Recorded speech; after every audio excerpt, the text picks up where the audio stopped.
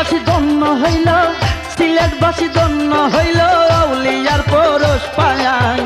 এই বাংলাতে শুইয়াই আছেন 360 জন আউলিয়া, সিলেটেতে শুইয়াই আছেন 360 জন আউলিয়া।